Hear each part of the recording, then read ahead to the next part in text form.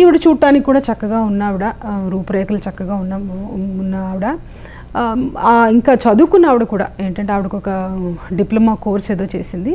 So ఇట్లా ఉన్న ఆవిడని సరే భర్త చనిపోయి చేతిలో చిన్న పిల్ల, ఇట్లాంటి పరిస్థితిలో ఆవిడకున్న బాధల వల్ల, లేకపోతే ఆవిడకి ఒక నిస్పృహ నిరాశలో ఉండడం వల్ల ఏదో ఒక ఆశ చూపించి ఆవిడ నెమ్మదిగా క్రిస్టియానిటీలోకి మారింది.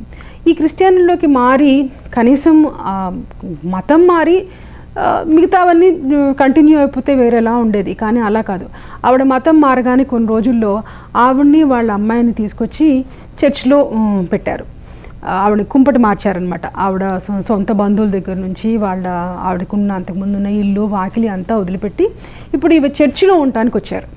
ఈ చర్చిలో ఎక్కడ ఉండేవాళ్ళు అంటే ఆ చర్చిలో ఒక విమెన్స్ హాస్టల్, లేడీస్ హాస్టల్ అని ఒకటి ఉండేది.